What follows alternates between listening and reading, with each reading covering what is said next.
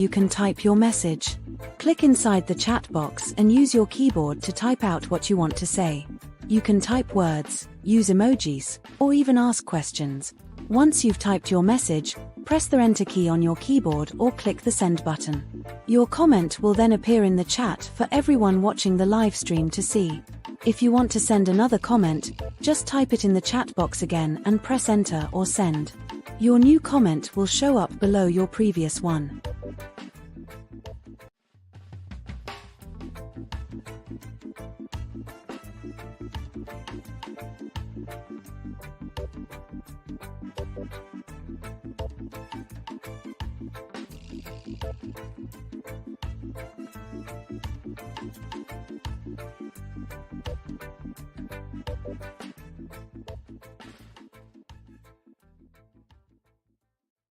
With our special guest, Valerie Dixon, who started speaking with us last week when we had some internet issues and were derailed by that. We also have an interview with Dr. Omar Davies, which we won't be able to play because, again, all some technical issues. But we're not going to make any technical issues yet in the near broadcast today. Then we'll go back to life certificates. Remember that? Life certificates and the stupidity of the procedures for pensioners to prove to the authorities that they are alive. And what about the lady with the Jamaican roots, now in the fight of her life for the White House? If we have time, we'll go on to another fundamental issue, but we will not. We have with us today Mary Grange, Winnie Anderson-Brown, and Desmond Richards. Thanks again, panelists. I'm Frankly McKnight, reminding you, please subscribe to the Frankly Speaking Jamaica YouTube channel if you haven't yet done so. And during this program, please place your comments on the channel. We'll read them as shown earlier, or send your comments to WhatsApp to 876-503-9995. That's 503-9995. We'll start with our special guest, Valerie Dixon. She knows a thing or two and lost more than $1 or two in the FINSAC episode. There's still no FINSAC report on such an important period of Jamaica's life and so massive a blow to our economy. But some people directly impacted are still seeking to get the word out and to get justice. Valerie Dixon is one of them. Mrs. Dixon, please just pick up on the fact of how you got involved with the financial institution that failed and what it meant for you. We know we started last week. We know we have some different listeners, but we just want to take it up from you. And welcome again, Mrs. Valerie Dixon.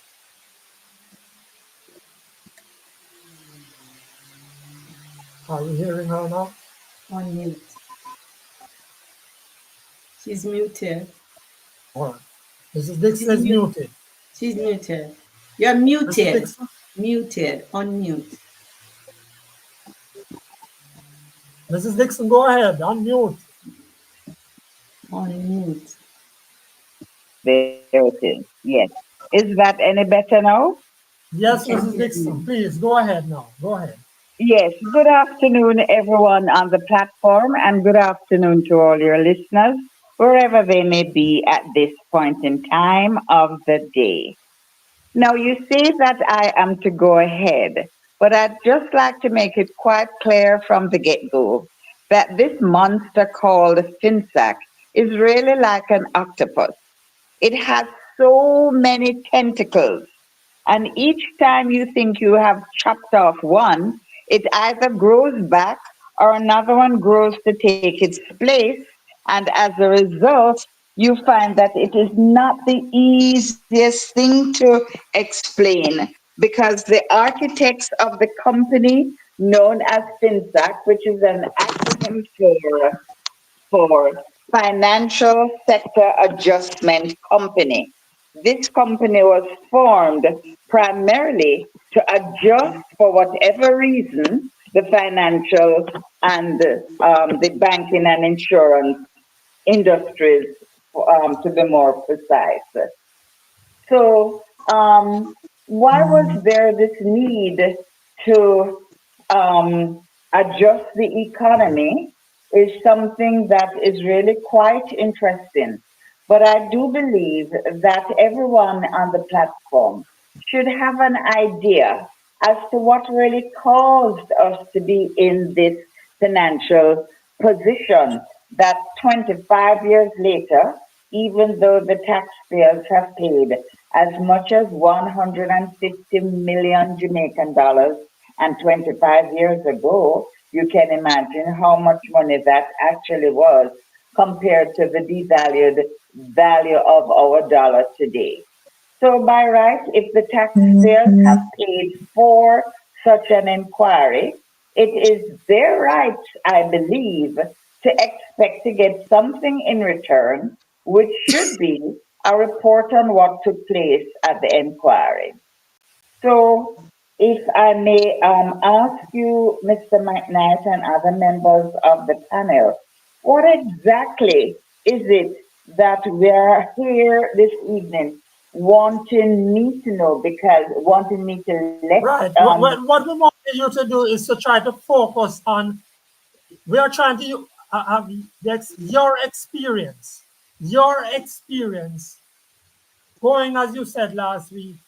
Most people don't have the money to start their own businesses, or don't have all of it anyway, and they go. And we're trying to find out how you, as a Jamaican person, got involved in this thing that ended up. Well, let's start. Let us all pretend that we want to go into business. It is not wise for you to use your savings or any little money you have under the mattress to say that you're really going into business if you're serious.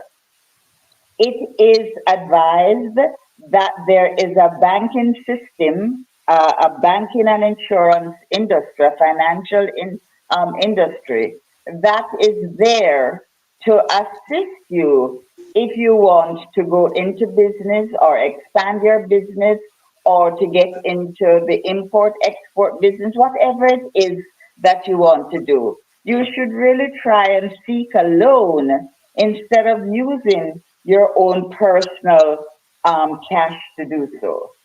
So you will find that many persons will make up a business plan, and in that plan, Mrs. Dixon, you're giving us a theoretical construct. Don't want to rush you because you have been so kind to and you are coming back on and so on. Just want to find out specifically. We want to learn what happened. What happened? Well, in a nutshell, let me tell you, I'm just trying to let you know that like all other entrepreneurs, we also use the banking system that is available to would-be entrepreneurs, existing entrepreneurs, and well-established entrepreneurs. So we had a loan at the bank, and the purpose of the loan was to facilitate our business as employers, and why people go into business, it's really to make a profit.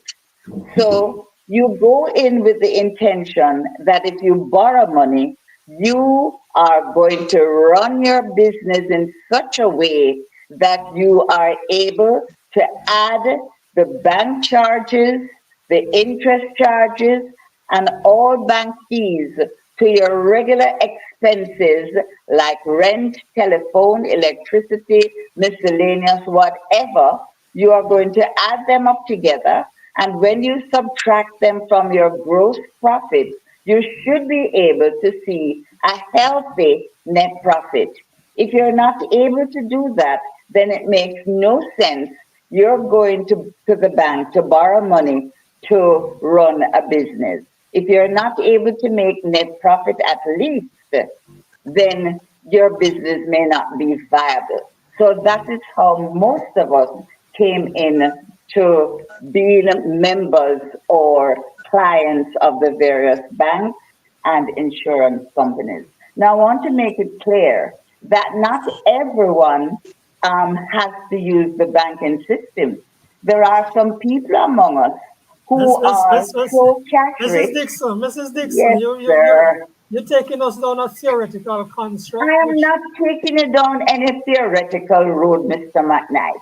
If you yes. think it is theory that you want to do business and No, you're going to be we reading a understand book, that. See, we understand that, and we understood it from, we understood you're saying so last week. What we basically want to get is on your sense, because you know this animal that is FINSAC. You know what has happened. And what we wanted for you to do is to okay, I share the hear what you're experiences saying. of Let me of the tell Mrs. you now. family. Dixon, So we are Yes, there Mrs. now. We are sir. Dixon, there now. We know all about people needing to borrow. We can go into the whole range of how people might finance, but we're not. That's not what we're here today about. Mrs. Dixon, Sir, I'm Mrs. Dixon. hearing. Yes, How sir. did how did FinSac mash up your business? Tell us that. Our business was destroyed because we borrowed at 20%, and overnight we were asked to pay interest and other bank charges that went up as high as 120 and more. So Oh, that the first 120% and more. obstacle. that's untenable. But this is exactly why most 44,000 of us were destroyed. Can you imagine you go to your bed? Let's get practical then. You go to your No, bed tonight and you hear on the news the next day that the government plans to increase interest rates. And you by know that you're 500% tied, to the scheme. and you know that you're tied in at a fixed rate. And then the interest rate jumps from 20 to 120. 20% to 60 odd for the regular payback on your principal. And on unauthorized loans called overdraft, the interest rate went up to 120. So, in a nutshell, that was what happened to 44,000 mainly Black Jamaican entrepreneurs who were in business and doing quite well before the establishment of this government owned company known as the Financial Sector Adjustment Company, otherwise called FINSAC. Miss So, Valerie, so Mrs. Dixon, you are saying that the high interest rate policy initiated by the government was the main reason why so Yes, many businesses went down. yes, it was, but you must remember that this We're was coming to really you, Mary. We're coming to you, Mary. Sorry, so go ahead, very, Mrs. very Dixon. sudden. But what is something bad for one group of persons could be the best thing that happened to another group of persons, that the high interest rates would benefit one group of people in the society is that a and it white would group? destroy. I see you, Miss Dixon. I see you making a distinction. You keep using the word black. So, do you think the interest rate to destroy was a conspiracy to destroy Black Jamaican business people? And would it be so? Are you saying that the group that benefited was the white Jamaican business people? Because you seem I to be would using the not word black say deliberately. this, you see, we keep getting into this color thing because we're so afraid of the word black.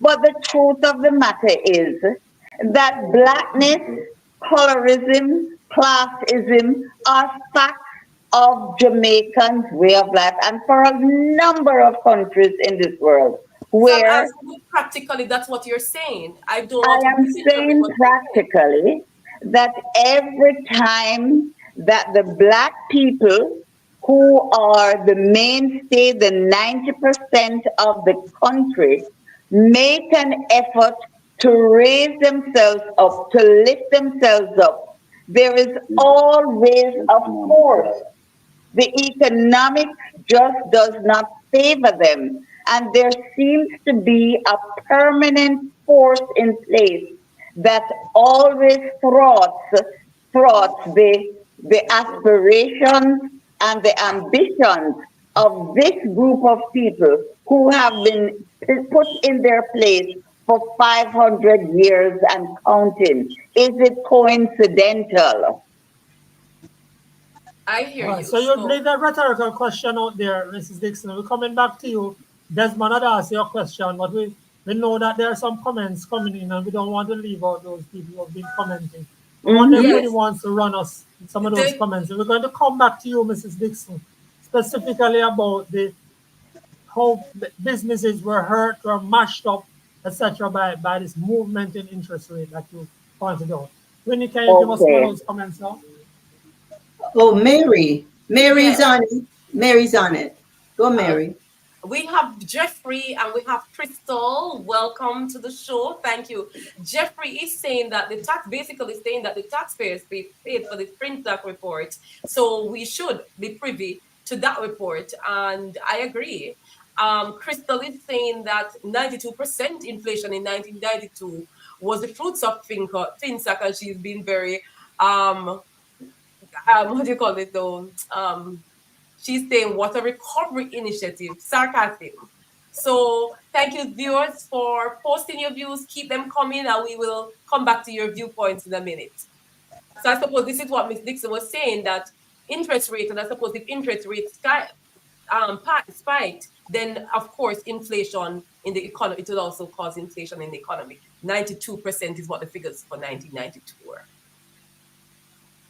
Go ahead, But Ms. Dixon. one thing that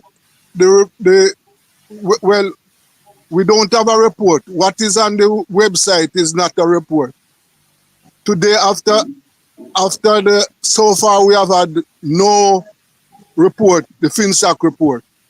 And the other thing is that I understand that audited statements that were done on institutions and submitted to the commission, those are not released. We want to see those audited statements because you see, one of I heard the Prime Minister saying that men who run FINSAC should not have power. But one of the things that he has not pointed out, that the politicians from both sides of the fence, some of whom are in power right now, they benefited from FINSAC. They were bailed out, right? And I get the impression that what is released here now, these submissions that are released are for election purposes. It is not to inform the people about what went on, because we must know the facts about how FINSAC came about. High interest rate is, of course, one of the reasons for FINSAC. But there was also some reckless banking decisions. We want to know about those. Mrs. Dixon? Yes, I'd Yes. like to help with those reckless bank decisions.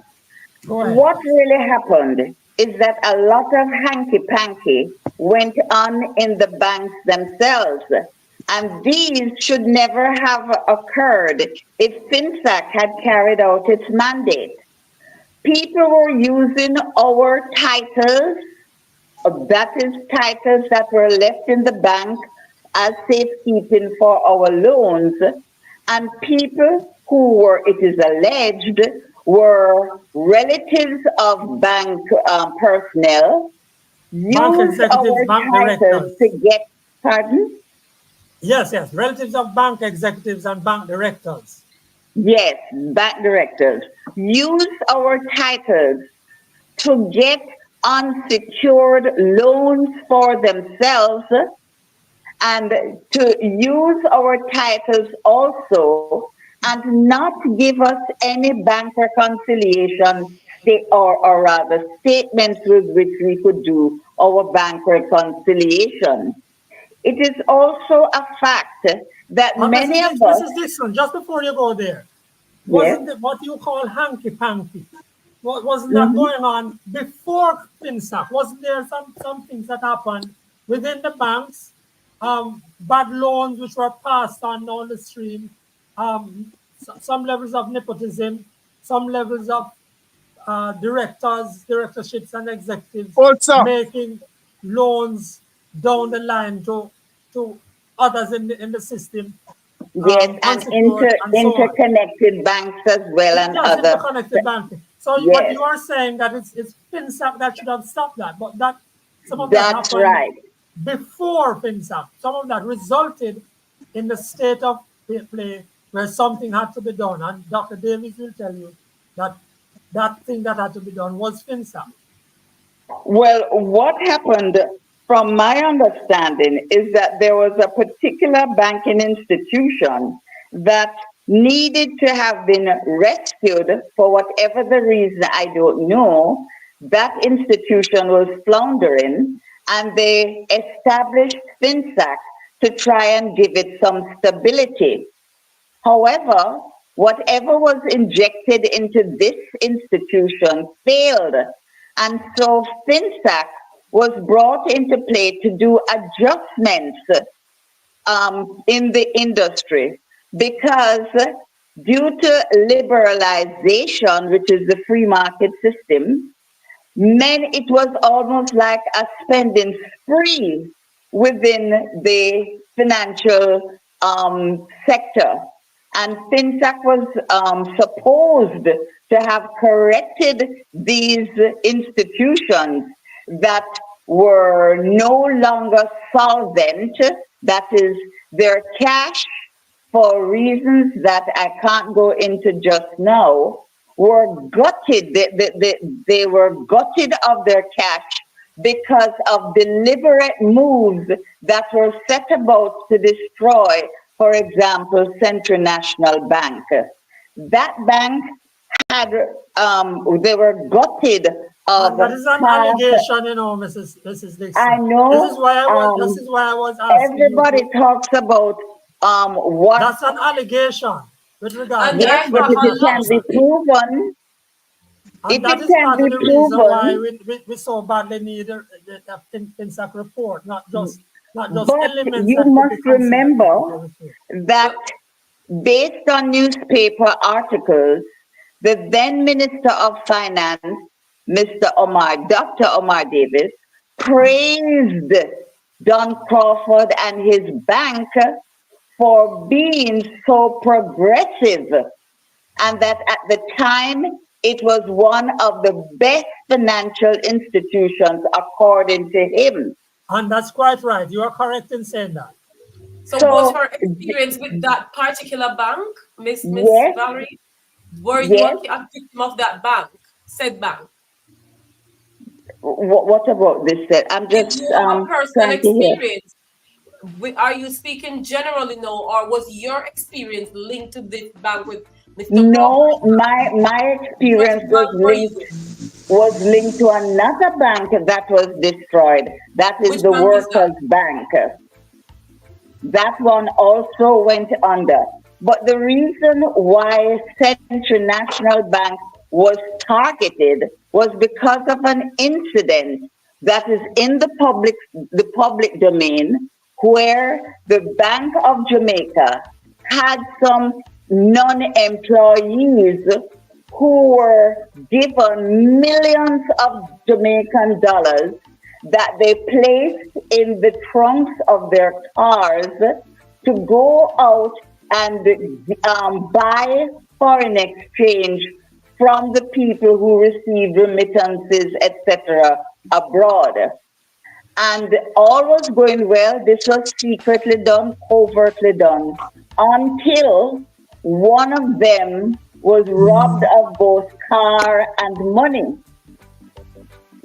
And this caused a whole lot of chaos on the street, because all of this money is now out there, illegally or legally. We really don't Mrs. know. Dixon, Sir? Mrs. Dixon, let me remind Yes, sir, you I'm here. that Yes. let me remind you that Central National Banks was one of those banks where a lot of hanky-panky loans were handed out. which is Let true, me but that remind is you not. about that. Yes, but a lot of And a lot of consequences times was just going all on Gentlemen, hearsay in from all you. we're going into of a lot of this. speculation and allegations Speculations here, to me. and that's I not thought, that's never our purpose to go to and I thought we allegations were and going to speculation. get the Because experience of those Miss some of those Dixon with her FINSAC experience some of to those share are with the nation. allegations and speculation, And but I am we talking really about what is we in the don't. public domain. I am talking about the reason why I have a whole section in my book dedicated to appendices of what people have revealed and placed in the media and in the public domain. Mrs. Dixon, just before we go, where are you expecting? What are you expecting now of the whole system and your own fight? What do you expect It's just a from pity here that on? I cannot really say that what I'm expecting will ever happen because so many injustices occurred during the time of FINSAC. And the people who were affected, we don't hear much about the people who benefited from the high interest rates. Like which people? We are talking about investment companies that can be proven that they were asked to lend the government oodles of money to fill the vacuum that was created when there was a bank run on Central National Bank, which created a domino effect in all the other Well, local. I'm sorry, we haven't been able to provide the insights that might have helped people in the absence of But the they were report. all in the You know, newspapers. I did research and dug up. yes, Ms. Dixon, we're going to have to wrap this part of it here. Yes. But one of the things that the report would help, and this is why several of us, and I'm included in that, really want to see a report, really want to see a report. Yes, But what if there's no report? and as Desmond said, some audited reports are not there. That's what I've heard. Some parts of the thing have been redacted. But and I we really don't still know don't know. Now let me what just this finish. thing called Let, archives is because yeah, I let, would let, never let me just read finish, Ms. it. Dixon. Because we're not going to speculate, and a lot of people have been hurt, as you have said, and we haven't heard from all of them. We haven't heard from many of them, and there's a disservice being done in not having this report fully out there. I want to thank you, Mrs. Dixon, Valerie Dixon, and she has a book out, I'm Too Black to Succeed. You can read it. And I'm sorry we still don't have a FINSAC report, but I'm going to tell our viewers and listeners that we did do an interview. The interview was done very late this afternoon, shortly before the program, so we didn't get it all cleared up to put it on, edited, to put it on from Dr. Omar Davis, an audio interview in I'd which love him. he spoke about FINSAC. I We're would going to have it love next week, him God willing. to read We're going the to have it. Mrs. appendices Dixon, in my I'm book. still That's speaking. all I ask. Mrs. Dixon, Read the chapter on the Mrs. Dixon, we have Morant spoken Day about your book already. Rebellion. We have spoken about that already. Okay, But, and the for appendices viewers, are very important. we're going to give you that interview next week, God willing. And it's a very interesting one in which Dr. Davies is putting forward his position. And Dr. Davies is calling for the report. He is also calling for the report. And he said he has taken a lot Please. of beating over it, and he would love to have the report. I'm sorry we got the interview late because we were trying to get it, but we had some issues. So, God willing, next week we will carry that interview. Thank you Okay, again, Mrs. Valerie Dixon. And we're going to you're come right welcome. now and move on to Winnie. We're going to take something which is controversial, not as controversial, Winnie, and but long running. This matter of life certificates. Would you like to give us your responses before we go on, or do we go straight to Winnie? Maybe it's better to do the responses and close that. Mary, you have those responses, or we need to move on? Yes, we just Crystal. We have Crystal sharing some facts about FinSACs, like for people who are not super familiar. I was wondering what this FINSAC is all about. Please do go on YouTube and look at the comments. We had a Loxley Gregory that while Miss Dixon was speaking, he puts in full caps. That's not accurate. FINSAC was instituted after the fact. I asked him to elaborate. So Loxley, please just post some more your facts into the comments to help other viewers to understand what it is. Yes, FINSAC wasn't set up to regulate the system. It's not. It was when the system was broken down and it caused all of these issues, as we recall. And so I suppose you were saying right. So thanks for that perspective, Mr. Mac. Then we have Crystal saying that a wide range of races and color of people were affected by FINSAC, and she cited Dr. Paul Chen Yong, a great example of Chinese Jamaican who was victimized. His company was Eagle Group. He was convinced to sell the government or the FINSAC authority for $1. Wow. And there's a whole leap of information here that she has shared about just the devastation and the pandemonium that FINSAC caused within the economy. Loxy come back to say Valerie Dixon had absolute disappointment, mostly nonsensical, smart though. Thank you. Okay. All right, so thanks. So we're going to move on.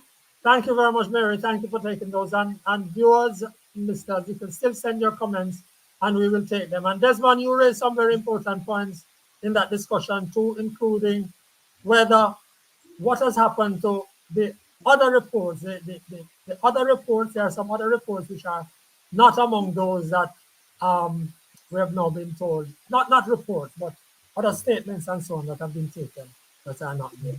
Okay, so let's go to you now, Winnie, as we are running out of time. Go ahead, Winnie. Okay, let me say quickly, answer a question that people have been asking. This thing has been going on for a long time. What spurred you to get so involved in this thing? And I will say quickly that what spurred me was writing a play about this. In writing life certificates you're talking about now. You have shifted to life certificates. Yes. The life certificates. Yes. I'm writing a play. And in writing a play, I had to get inside the characters.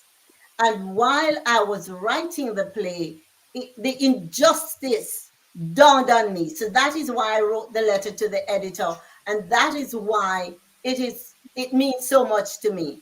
I must say, the news item that came from JIS about using the phone in the near future. My own response to that is, there's no right Winnie, way. can you tell us what that story is? Can you just tell us in brief what that is, what the idea is before you tell us the idea, although it's not spelled out clearly, is that they'll use a phone instead of having to go find justices of the peace or other person to sign. The senior citizens will be able to use their phone to identify themselves. But the details as to how it would work, all of that is not there, only that it will be on a phased basis. And my response to that is that there's no right way to do a wrong thing. Going after the elderly is no way to treat with a situation where dishonest people say collect money that was intended for seniors. The pressure should not be put on seniors. The pressure should be put on catching those after the fact. It is easy to tell when people are dead. That has to be recorded. A burial order is given. If people are missing, the government has the information, and nobody should be pressured to say, I am alive. It is cruel and inhumane in my view.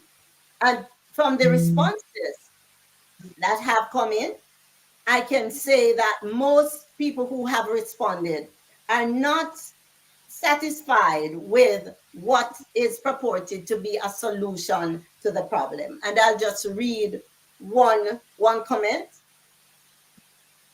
Okay, it is fairly long, but it is even more stressful. That is the use of the phone. it is even more stressful. Not every elderly has a smartphone or even internet. What they need to do is model of the UK system pension qualification and how to access.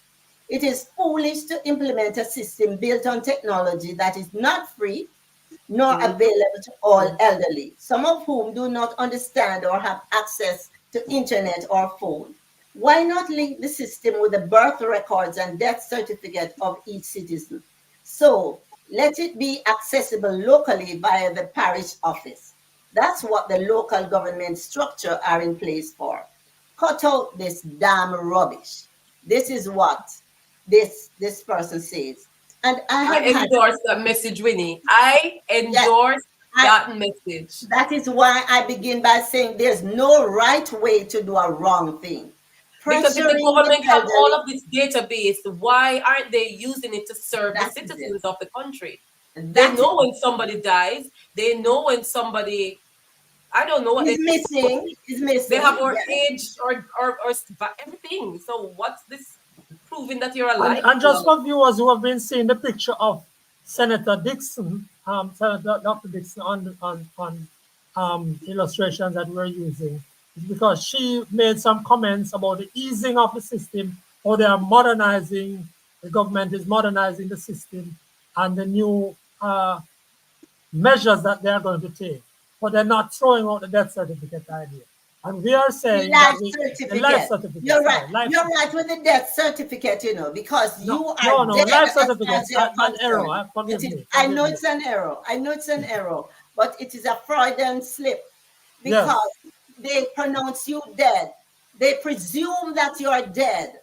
And that is a problem. And you must prove that you're alive. And it's that is wrong. And we must get around it. That is wrong. I was saying, you know, of their comments last week, that I've yet to see even anybody in the opposition taking on an issue like this. There are some issues in Jamaica which need to be taken on.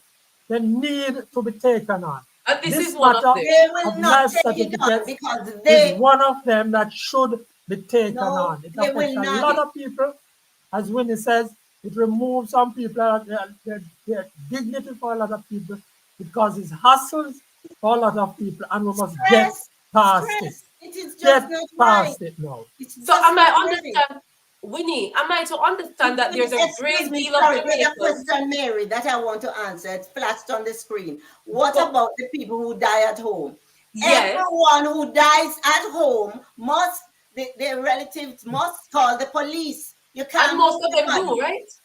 So am I to understand, Winnie, based upon this question, that there's a great deal of Jamaicans dying and it's unreported? So even if a few scam, because I'm willing to say that they'll never have a perfect system where the system is somebody, a non-pensioner collects a pensioner's pension. But is this like a wild rampage? I don't get that this is the norm, that they should be punishing the elderly. And I'm going to use the example of an elderly at my church.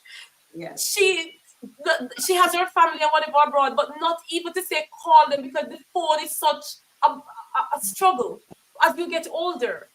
Why are they harassing? And I am calling on the government, joining voices and hoping that Andrew Holness has enough sense to get to these people to say, listen, yeah, we know this is an archaic system, but we're a new generation. Let's put some heart into laws. And I see no heart into this law. Why you presume somebody that is dead when you have a system that's on your time. Your time, Desmond. Colleagues, your time, Desmond. What we are talking about here, you know, it is just an example of the poor representation that we have been getting from political representatives since 1962. Correct. Right? Yes, because right. when you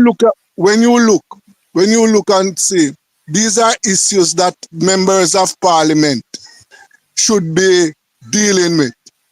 No, these things are on the back burner.